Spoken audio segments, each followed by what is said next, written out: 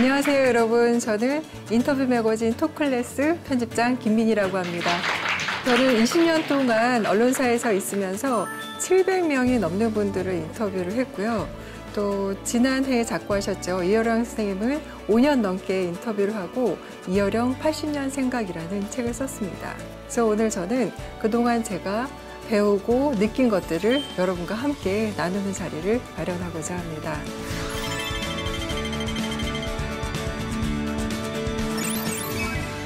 요즘 여러분 인터뷰 전성시대라고 할 정도로 인터뷰 콘텐츠가 참 많아지고 있어요. 일단 유퀴즈도 있고요. 또 유튜브에도 굉장히 많은 것 같아요. 터키즈, 이오, 셀레브. 그렇다면 여러분, 우리는 왜 인터뷰를 즐겨볼까요?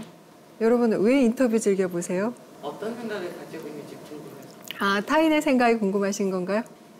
일단 재밌죠. 재밌으니까 보고 또 타인의 생각을 보면서 깨닫기도 하고 감동도 있고요. 근데 이 재미와 감동, 깨달음은 사실 인터뷰 콘텐츠에만 있는 게 아니거든요. 영화나 드라마, 책에서도 모두 만날 수 있는 것들이에요. 그렇다면 인터뷰에서만 느낄 수 있는 매력, 그것은 과연 무엇일까요? 그걸 한번 깊이 있게 생각해 보시면 되게 재밌는 이야기들이 많이 나올 것 같은데요. 저는 이거를 문명사의 발전 과정에서 해석하고 있어요. 문명이 발전할수록 개인의 시대로 흐르잖아요. 그래서 개인의 시대가 도래한 것과 인터뷰 콘텐츠가 부흥하는 것과 관계가 있다고 보고 있습니다. 예전에는 집단주의 세상, 그리고 전체주의 세상이었어요. 근데 개인의 시대로 흐르면서 우리가 추구하는 방향성도 달라지게 돼 있습니다. 그래서 집단주의 사회에서는 어떤가요? 추구하는 목표, 삶의 방식이 엇비슷해요. 읽는 것도 비슷하고요. 근데 개인의 시대는 삶이 파편화되고 다양화되죠. 그러다 보니까 우리는 인생을 배울 때 좀 다른 방식으로 접근하고 싶어 합니다. 그래서 저는 이렇게 표현을 하는데요. 위인전의 시대가 가고 레퍼런스의 시대가 왔다. 그러니까 예전에는 저 멀리 가 닿을 수 없는 머나먼 별 같은 존재를 보면서 아, 나 저 사람처럼 되고 싶어 라고 했다면 지금은 레퍼런스. 내 주변의 어떤 가까운 선배의 삶을 들여다보는 것을 통해서 이런 사람의 어떤 면을 담고 싶어가 되는 거예요. 우리는 사실 누구나 살다 보면 고통과 어려움이 있잖아요. 다른 사람은 그 고통을 어떻게 돌파할까를 콘텐츠를 접할 때 나와 비슷한 고민의 결을 가진 사람이 반발 앞서서 미리 겪어낸 것들을 보면서 깊이 있게 읽고 싶어 하는 것 같아요. 그럴 때 인터뷰는 이 레퍼런스 시대에 최적화된 매체라고 생각을 합니다. 그래서 인터뷰에 대해서 조금 더 깊이 들어가 볼게요. 인터뷰란 무엇이고 어떤 인터뷰가 잘하는 인터뷰일까요? 네, 인터뷰에는 정석이 존재하지 않습니다.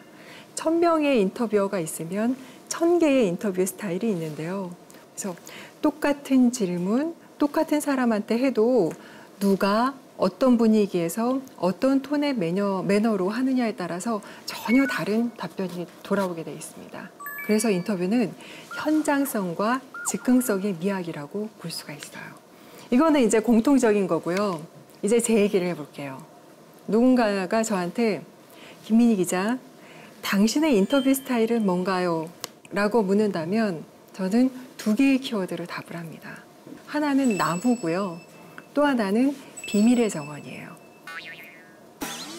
저는 인터뷰란 서로 다른 두 존재가 만나서 세상에 단 하나밖에 없는 나무를 함께 만들어가는 과정과 같다고 생각을 해요. 그래서 처음에는 기둥은 똑같죠. 근데 질문을 하고 대화를 나누다 보면 아주 다양한 가지치기를 하게 됩니다. 그 가지치기 하는 과정에서 신비한 일이 벌어지기도 해요. 절대로 움직이지 않을 것 같은 나무가 기어가서 다른 곳으로 이동하기도 하고요. 마치 워킹팜처럼. 그리고 서로 다른 2개의 나무가 이어지기도 합니다. 열리지처럼. 그 전자의 워킹팜이 인터뷰를 통해서 그 사람의 사고방식이 바뀌는 경험도 하고요. 그리고 열리지는 이 사람도 몰랐던 2개의 세계가 융합으로 연결되는 경험을 하기도 합니다. 아주 짜릿한 순간인데요.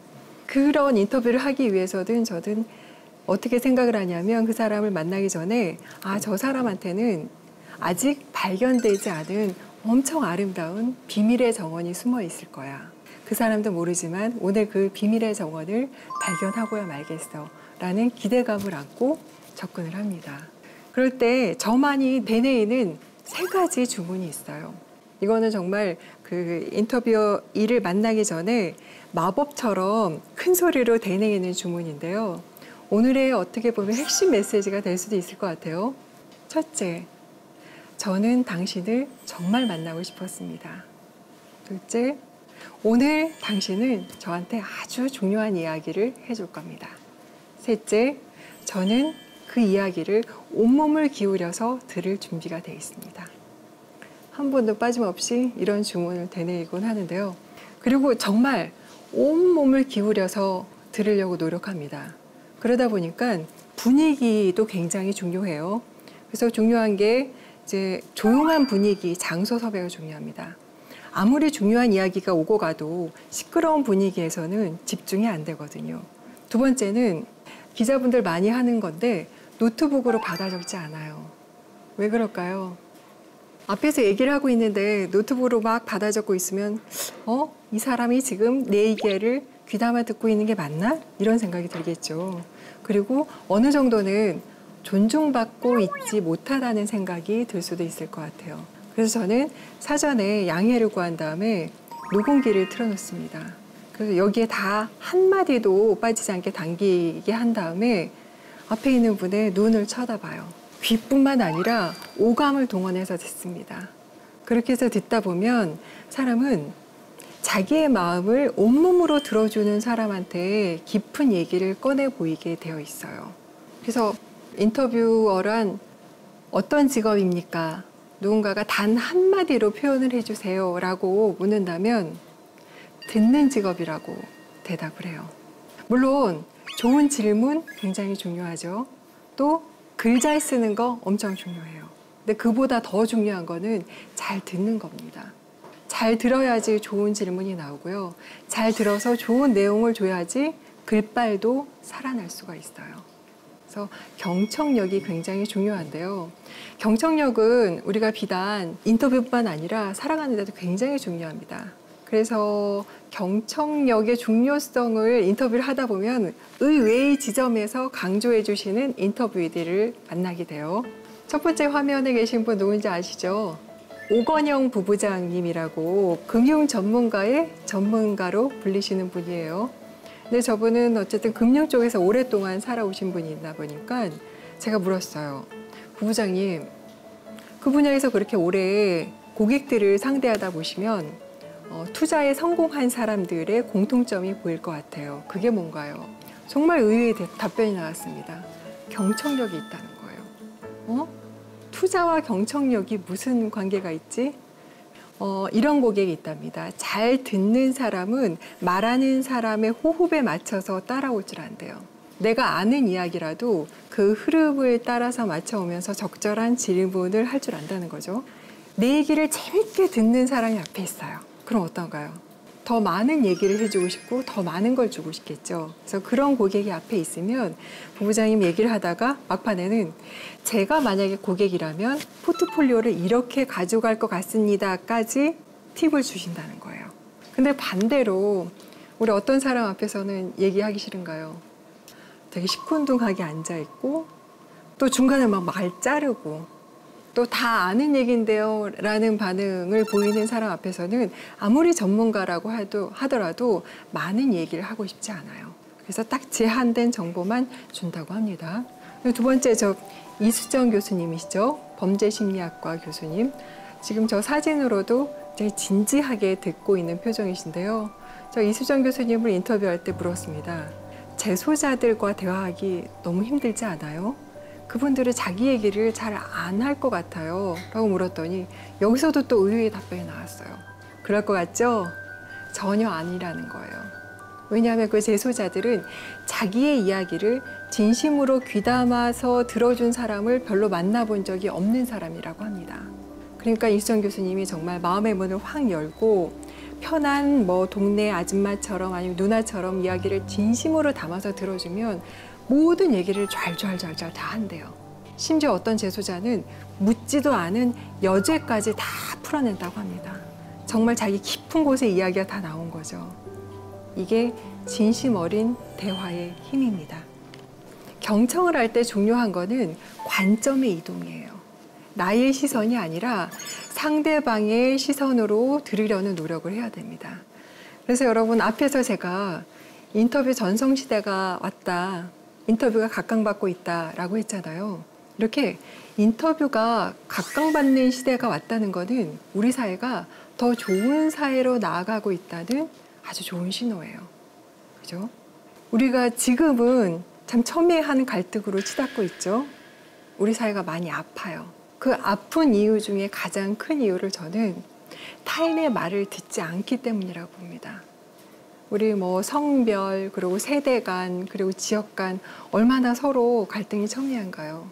근데 그거를 나와 다른 생각을 하는 사람의 입장에 서서 저 사람은 왜 저렇게 생각할까를 진심으로 한 번쯤 생각해 본다면 그런 갈등이 훨씬 덜 할 거거든요. 저희는 지금 과도기에 온 것 같아요. 선진 사회로 나아가는 과도기요. 선진 사회라는 건 어떤 사회인가요?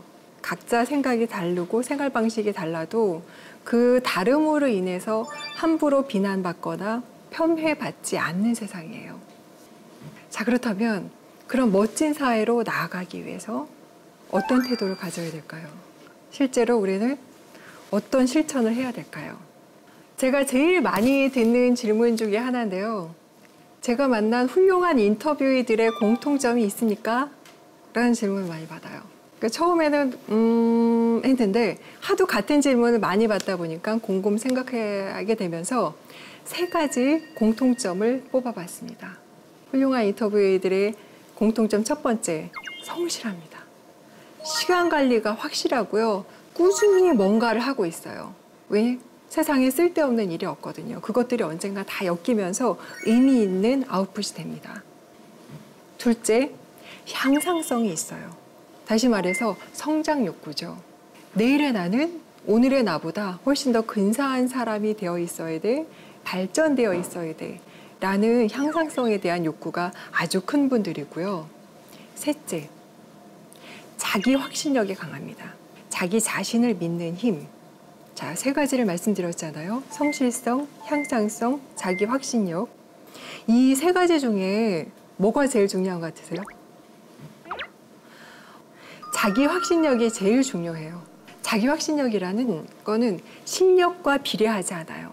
지금은 비록 많은 걸 갖추지 못했지만 노력하면 무엇이든지 될 수 있는 잠재력이 있어 라고 스스로의 잠재력을 믿는 힘입니다.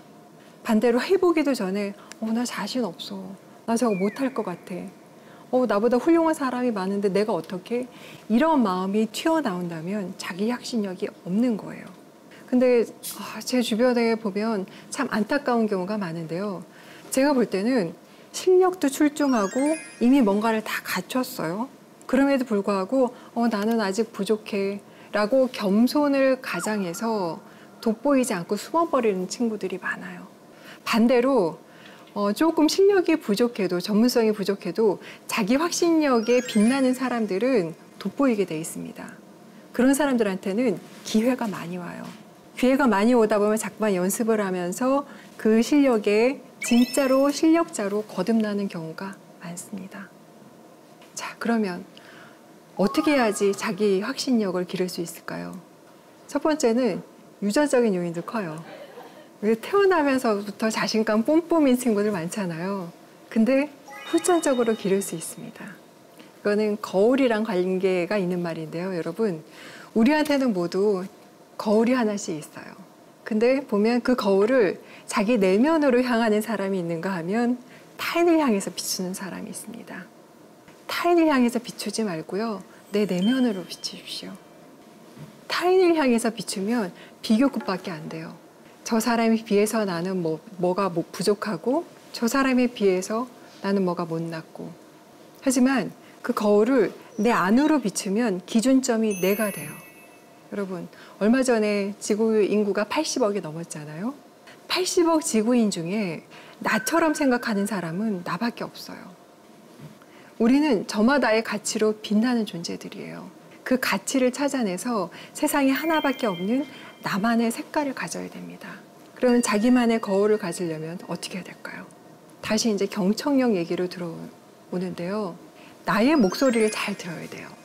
근데 어쩐지 우리는 내 안의 목소리는 잘 듣지 않는 것 같아요. 타인의 목소리를 잘 귀담아 들으면서. 저 역시 마찬가지였습니다. 자기 확신력이 굉장히 부족했고요. 타인은 대단해 보이면서 저는 한없이 작아 보였어요. 그래서 인터뷰를 나가면서도 와, 저 사람 정말 멋져. 저 사람 경이로운 얘기를 해줄 거야. 그러고 열심히 박수 쳐주고 칭송해주면서 정작 제 마음은 들여다보지 않았어요.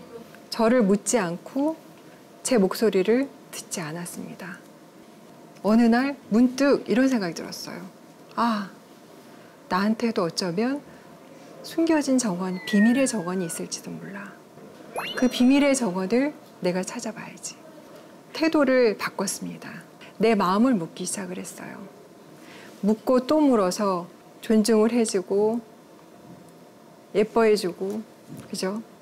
그러더니 신기한 일이 일어났어요. 나를 감각하기 시작했습니다, 여러분. 나를 감각한다는 느낌 아시겠어요? 내 마음이 보이고 내 마음이 들리고 내가 느껴지기 시작했습니다. 그래서 이전에는 안 보였던 나만의 색깔이 보이더라고요. 저도 사실은 그 동안에는 이 거울을 타인을 향하고 있었던 거예요. 여러분 어떠세요? 그 거울을 타인을 향하고 있지 않으신가요? 여러분 자신을 인터뷰를 하셨으면 좋겠어요. 인터뷰를 하려면 어떻게 해야지 될까요? 앞에서 제가 인터뷰이들을 만날 때 했던 3가지 주문을 여러분 자신한테 한번 건네보는 거예요. 첫 번째 뭔가요? 나는 오늘 나를 정말 만나고 싶었습니다. 둘째, 나는 오늘 나에게 아주 중요한 얘기를 해줄 거예요. 셋째, 나는 그 말을 온몸을 기울여서 들을 준비가 되어 있습니다. 여러분, 우리는 모두 서로를 발견하기 위해서 살아가는 존재입니다. 돌아가신 이어령 선생님이 저한테 이런 말씀을 하셨어요. 스티브 잡스가 만약에 한국에 태어났다면 애플을 발명을 하지 못했을 것이다. 얼마나 큰 비극이냐. 그러니 우리 사회에 빛나는 숨은 개인들을 계속 발굴해서 부각하는 작업을 해다오. 아무리 자기 능력이 출중해도 그걸 알아봐주는 사람이 없으면 결국 묻혀버린다는 거죠. 그래서 저는 앞으로 이어령 선생님이 저한테 남겨주신 그 큰 유언 같은 말씀을 계속 가슴에 품고 빛나는 개인들을 발굴해 나갈 건데요. 그 빛나는 개인 중에 한 분이 바로 여러분입니다. 여러분 자신을 한번 인터뷰해 보세요. 여러분 자신을 발견하기 위해서 스스로의 마음을 묻고 또 물어서 내가 가고 있는 길이 맞는지, 맞다면 왜 맞고 틀리면 왜 틀린지, 이 길이 아니라면 어떤 길이 맞는지 계속 물어보세요. 묻다 보면 올라오는 마음이 있습니다. 그렇게 해서 확신을 갖게 된 사람의 언어는 달라요. 똑같은 이야기를 해도 그 사람의 메시지에는 힘이 생깁니다. 그게 바로 자기만의 언어예요. 여러분, 자기만의 언어를 가지십시오. 그러기 위해서 자기 자신을 인터뷰를 하시고요. 저는 여러분을 발굴하기 위해서 앞으로도 계속 노력을 하겠습니다. 그러면 여러분들이 궁금해 하시는 거를 Q&A로 풀어가는 시간 시작할게요. 하나같이 인터뷰 전문가들 같습니다. 내용이 심층적이라서 생각을 하고 대답해야 될 것들이 많은데요. 몇 개 보겠습니다. 어떤 인물을 인터뷰하기 전에 자료 조사를 어떤 식으로 하시는지 궁금합니다. 그 인물에 대한 모든 콘텐츠를 찾아보는 편이실까요? 네. 제가 찾아볼 수 있는 모든 콘텐츠를 다 찾아보려고 합니다. 단 시간이 허여하는 한. 인터뷰 준비는 해도 끝이 없는 것 같습니다. 그래서 그분을 인터뷰하러 가기 전까지 계속 관련 자료를 찾아보고 그분과 마치 왜 연애하는 기분으로 머릿속에서 한 사람에 대한 생각을 떠나지 않고 계속 그 사람만 생각하면서 인터뷰를 하게 됩니다. 나를 인터뷰하기 위해 어떤 질문을 던져보면 좋을까요? 편집장님은 스스로에게 어떤 질문을 하셨었나요? 이거 정말 좋은 질문 같아요. 누구나 가장 나한테 중요한 질문, 단 하나의 질문이 있는 것 같아요. 저에겐 그 질문이 뭐냐면 40대 초반에 들어서면서 그 질문이 떠나지 않았는데요. 나는 계속 걷는 것 같은데 왜 앞으로 나아가는 느낌이 없지? 나 마치 러닝머신 위에서 트레이드밀 위를 걷는 것 같아 라는 제자리 걸음을 하는 느낌이 계속 들었어요. 왜 그럴까 왜 그럴까 질문을 파고들었고 내 마음도 묻고 내 주변의 친구들하고도 묻고요. 그리고 책으로도 공부하고 사회학 서적도 읽고 그 공부하는 과정에서 저는 책 한 권이 탄생을 했습니다. 다정한 개인주의자라고요. X세대의 경쟁력을 다룬 책이에요. 저는 제 마음을 물으면서 우리 세대를 공부를 하게 됐고요. 결국 그 나아가지 않는 느낌이 나뿐 아니라 어떤 기회 상실, 기회가 줄어든 거, 저성장 기조 이런 사회 분위기랑 관계 있구나 라는 답변을 얻으면서 그 책을 딱 주는 순간 나의 해방 일지를 손에 쥔 것 같은 그런 짜릿한 느낌이 들었습니다. 그러니까 여러분도 계속 올라오는 질문을 단단하게 뾰족하게 계속 갈고 닦아서 단 하나의 질문을 한번 만들어 보세요. 나만의 질문. 그리고 그 질문을 천착하고 천착해서 답변을 다양한 방면으로 얻어보세요. 그리고 그 답변이 올라오면 그 답변을 그냥 버리지 마시고 글로 꼭 정리를 하셨으면 좋겠어요. 블로거든 아니면은 뭐 책으로든요. 그 콘텐츠가 여러분 자신을 위해서도 그리고 다른 사람을 위해서도 굉장히 중요한 자료가 될 것이라고 확신을 합니다. 다음 질문 볼게요. 나를 인터뷰하려면 내가 협조를 잘 해줘야 될 것 같은데 쉽지 않을 것 같아요. 비협조적인 상대를 어떻게 하면 거슬릴 수 있을까요? 이거 진짜 어려운 일이에요. 그죠? 내가 나를 만나서 인터뷰를 한다는 거, 그거 아주 오랜 시간이 걸리는 일입니다. 계속 묻고 듣고 하면서 어떤 마음들이 올라왔고 그러고서 내가 나를 감각하게 됐다는 표현을 썼잖아요. 그러니까 우리는 나랑 살고 있지만 정작 나를 감각하면서 살고 있지는 않은 것 같습니다. 눈도 타인을 향해 있고요. 귀도 타인을 향해 있고요. 그리고 몸 자체도 내 몸을 보기보다는 타인의 몸을 보면서 살아갑니다. 그래서 일단은 첫 번째 단계로 나를 감각하는 연습을 하셨으면 좋겠어요. 내 목소리를 듣고 내 얼굴을 자꾸만 봐주고 그리고 내가 느끼는 마음에 충분히 귀를 기울이셨으면 좋겠습니다. 나를 감각하다 보면 신기하게도 내가 나와 친해져요. 여러분하고 친하세요? 저는 별로 안 친했거든요. 근데 저와 친해진 다음에 깨달은 건데요. 자기 확신력이 있는 사람들은 내가 나와 친한 사람들이더라고요. 그러니까 타인을 존중하는 것도 중요하지만 그보다 먼저 내 자신을 존중하는 마음을 가지시면 좋겠습니다. 여러분 오늘 되게 많은 이야기를 한 것 같아요. 그죠? 인터뷰의 매력, 경청의 중요성, 경청의 방법 그리고 무엇보다 중요한 거는 내 자신의 거울을 가는 겁니다. 여러분한테 많은 이야기를 했는데요. 일주일이 지나면 오늘 들은 말의 80%는 사라진다고 합니다. 마지막으로 여러분들한테 해드리고 싶은 말이 있으면요. 자기 자신을 발견하기 위해서 자기 자신을 인터뷰를 하고요. 자기만의 색깔을 꼭 선명히 가지셨으면 좋겠어요. 그렇게 갖게 된 힘으로 우리 사회를 더 좋은 사회를 만드는데 힘을 보태주셨으면 좋겠습니다. 여러분 고맙습니다.